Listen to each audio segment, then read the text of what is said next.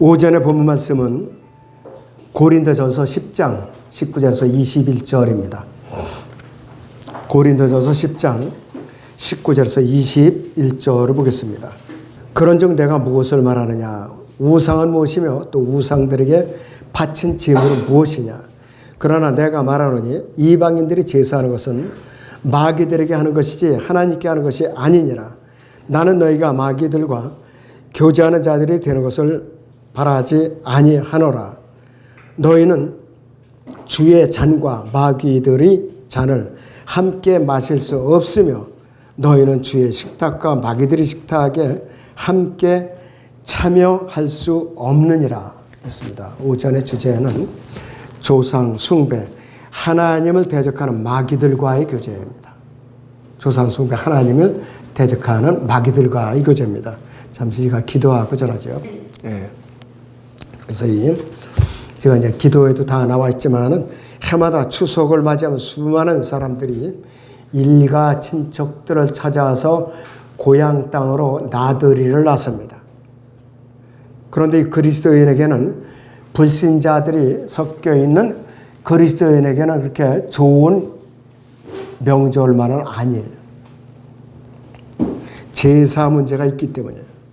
그래서 일가 친척들이 대부분의 믿지 않는 불신자들의 가정을 일구에는 그리스도인의 간증을 읽기가 아주 쉽습니다. 그렇기 때문에 여러모로 신경을 안 쓸 수가 없죠. 차례 지내는 것, 성묘하는 것, 모든 것 일일이 다 부딪히게 돼 있죠. 그래서 이것은 성경적으로 우리가 권장할 사항이 아니고 금지된 사항입니다. 이 카톨릭을 비롯한 이 제독교에서는 이거를 거의 수용을 하고 있어요. 잘못된 것이죠. 너무나도 바람직하지 않은 것입니다. 저희 가정의 예를 들면요. 저는 이제 저희 두뇌가 먼저 구원을 받았거든요. 이 큰 집안의 제사를 보지는 이제 집을 가보면은 벌써 표정이 달라야만 나만. 그리고 제사를 안 지내다고 막 소리를 버럭 질러대고 그리고 며느리가 이렇게 제사를 하는데 절을 안 하느냐 하면서 목덜미를 짓누르고 그냥 별짓을 다 하고 그랬다고요. 그것이 해결하는데 10년이나 걸렸어요. 10년. 근데 지금 와서는 이제 평온해졌어요. 왜?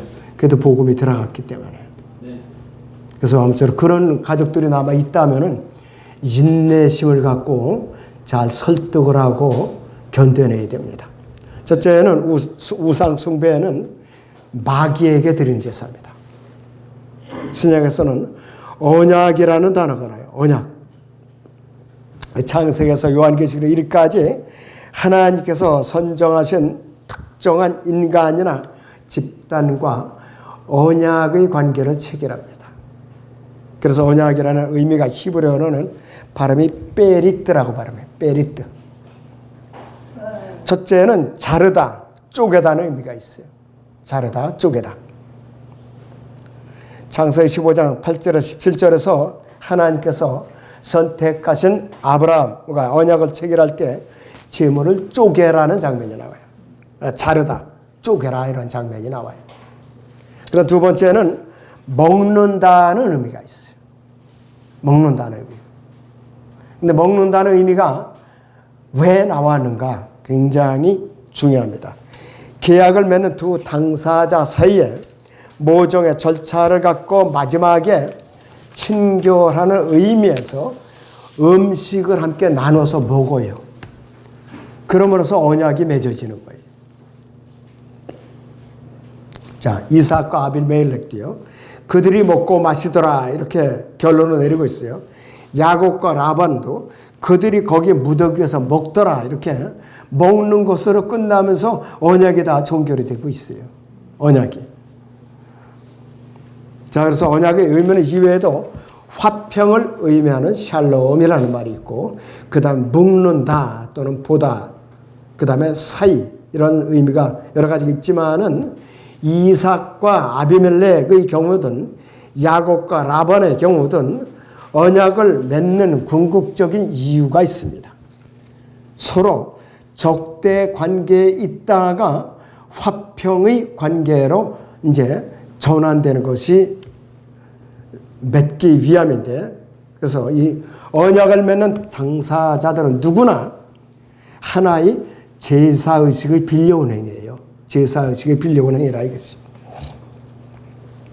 그래서 성경에서는 언약을 맺는다는 것은 굉장히 중요한 것이에요.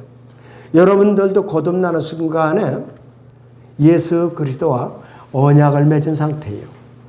굉장히 중요한 것이에요. 그래서 언약이라는 것은 보통 단어가 아니라 이것이. 그래서 오늘날 우리 민족의 명절 때마다 제사상을 차려놓고 제사를 지내고 음식을 나누는 모든 행위 자체가 어떻게 되는 것인가? 하나님께서 기뻐하시지 않는 것이에요.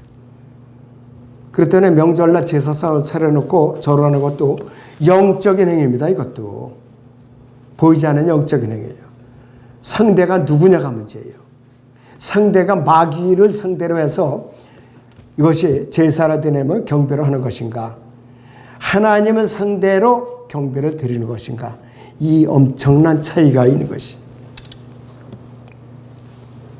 자, 그렇기 때문에 고린도 교회는 그 지역의 우상 숭배가 가장 심했던 그 도시예요. 그 고린도 지역에는 시장에 내다 파는 모든 고기들 신전에다가 갔다가 여사제들이 먼저 제사부터 드립니다. 아무리 많으냐 고기라도. 그리고 나서 시장에다 내서 팔게 돼 있어요. 그러니까 먼저 마귀에게 드렸던 제물이에요. 엄격히 말하면 그와 같이 극심하게 마귀 숭배가 극심했던 도시라 이것이요. 자, 그래서 로마서 고린도서 8장 7절을 거기 보세요. 그러나 이 지식은 사람마다 있는 것이 아니기에 그랬어요. 어떤 사람들은 우상에게 바쳐진 것을 알고 지금까지 우상에 대한 양심을 가지고 먹음으로 그들이 약한 양심이 더러워졌느니라 그랬어요. 먹을 때 이거 우상에게 드린 제물인데 소화하지 못하니까 이 사람들이 마음이 약하니까 양심이 약하니까 양심이 더러워진 거예요. 그래서 먹을 때마다. 자, 그런데 영적으로 성숙한 그리스도인들은 기도하고 먹으면 그걸 이제 깨끗하게 된다고 그랬어요. 그런데 옆에 소화하지 못할, 견뎌내지 못할 만한 양심이 약한 지체들이 있으면은 이제 우상에게 바쳐진 제물을 그 성도가 알고 있다면은 먹어서는 안 돼요. 왜? 내 양심이 아니기 때문에. 약한 성도의 양심을 해치지 않기 위해서는 먹지 말라 그 뜻이에요. 바로 그 뜻입니다. 자, 그래서 누구든지 우리나라는 사업을 시작할 때야 돼지머리 사다가 고사를 지내죠. 무당을 부르다 구판을 보죠. 또 이제 점을 본다 이것이. 그러니 이것이 과연 하나님께서 기뻐하시는 일인가? 전통문화인가? 그것도 아니에요. 우상 숭배에 불과해요.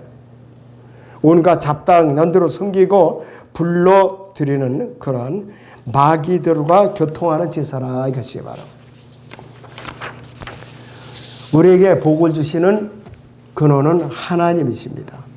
마귀는 우리에게 복을 주는 것이 아니라 고통과 근심과 걱정을 가져다 주는 존재라 이것이. 그리고 이 땅에 비를 내려주시는 분도 하나님이시죠. 마귀는 비를 내려줄 수가 없어요. 조선시대는 기우제를 지냈죠. 모르니까. 그 기우제는 뭔가? 하나님 그 사람들 모르지만은 이 땅과 하늘을 창조하신 창조주 하나님을 바라보면서 부르짖었던 거예요. 그게 기우제예요. 우리나라에서는.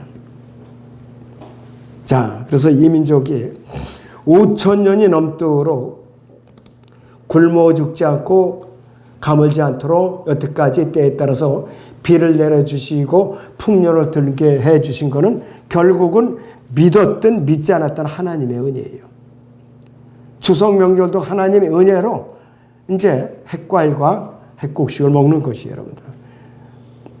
비를 안 내려줘 보세요. 큰일 나죠. 요즘 유난히 날씨가 더웠죠.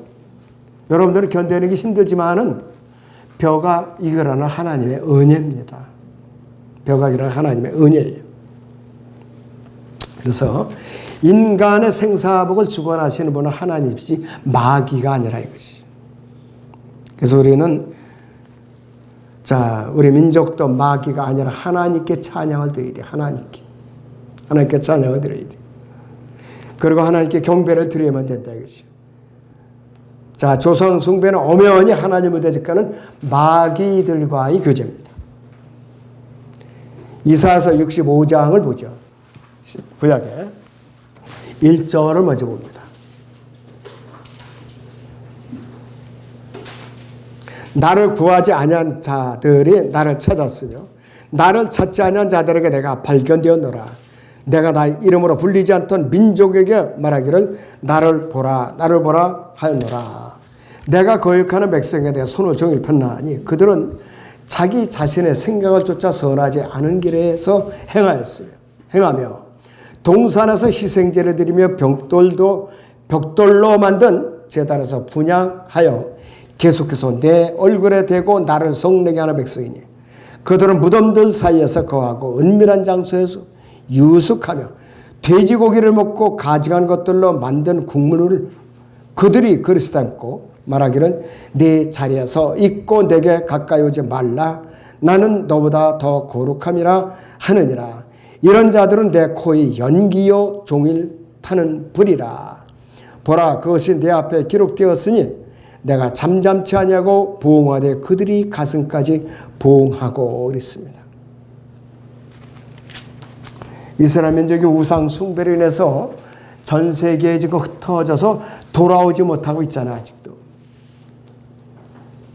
그 하나님은 이스라엘을 징벌했던 그 하나님은 이스라엘만을 위한 하나님이 아니라 이 세상 모든 아담으로부터 태어난 모든 사람의 하나님이세요. 그러나 그 하나님과 1대1로 관계를 어떻게 해결해서 생명을 얻었느냐 얻지 못했느냐 그 차이가 있을 뿐이라 이것이. 구체로 그러면은 언약으로서의 주의 많지 않은 어떤 것인가 이것이요. 아까 본문 다시 보시죠. 고린도서 10장 19절에서 21절로 보시죠. 그런즉 내가 무엇을 말하느냐? 우상은 무엇이며 또 우상들에게 바친 제물은 무엇이냐? 그러나 내가 말하노니 이방인들이 제사하는 것은 마귀들에게 하는 것이지 하나님께 하는 것이 아니니라. 나는 너희가 마귀들과 교제하는 자들이 되는 것을 바라지 아니하노라. 너희는 주의 잔과 마귀들의 잔을 함께 마실 수 없으며 너희는 주의 식탁과 마귀들의 식탁에 함께 참여할 수 없느니라 그랬습니다. 그래서 예수 그리스도께서는 자신의 몸을 갈보리 십자가에서 아담에서 타락한 죄인들을 위해서 온전히 내어 주셨을 때에 예수 그리스도의 살과 피는 오래전에 출애굽 당시에 이스라엘 민족 전체가 어린 양을 먹었던 바로 그 6월절 어린 양의 예표를 보여준 거예요. 온 인류에게 보여준 것이. 그래서 예수 그리스도가 체포되시기 잡히시기 전날 새 언약을 공표하셨어요. 마태복음 26장 28절을 봅니다. 우리가 주에 만찬할 때 인용하는 구절이죠. 마태복음 26장의 28절을 보죠. 또 이것이 죄들을 사하심으로 인해 많은 사람을 위해 흘리는 나의 새 언약의 피니라 했습니다. 교회와 맺는 새 언약이에요. 이건 뭐냐? 그리스도인 개개인과 관계가 있는 새 언약이라 이것이. 구약에서는 짐승을 잡아서 제사를 드렸지만은 여러분들은 예수 그리스도를 믿음으로 인해서 이제는 그분의 이름으로 하나님께 예배 드리는 것이 바로 제사행위가 된 것이에요. 영적인 제사행위가 된 것이에요. 예수 그리스도의 이름으로 드리지 않는 어떠한 예배도 영적인 제사가 될 수가 없어요. 그 신약과 구약과 엄청난 이렇게 차이가 있는 것이. 자, 그래서 자신의 몸을 뜻하는 빵과 피를 의미하는 포도즙을 가리키면서 받아 먹으라고 명령을 하셨죠. 우리가 주의 만찬할 목적이 여기 있는 것이요. 자, 고린도서 11장 26절을 보세요. 너희가 이 빵을 먹고 이 잔을 마실 때마다 주의 죽으심을 그분이 오실 때까지 선포하는 것이라 그랬어요. 실제적으로 예수 그리스도의 살과 피를 먹는 것이 아니라 상징적으로 빵과 포도즙을 먹고 마시면서 예수 그리스도의 희생의 의미를 그분께서 우리를 데리러 오실 때까지 선포하려는 것이에요. 그러니까 복음이 전파될 때마다 이 소식도 전파해야 되는 것이에요. 아직도 주의 만찬의 의미를 모르고 참여하는 사람들이 상당수가 있어요.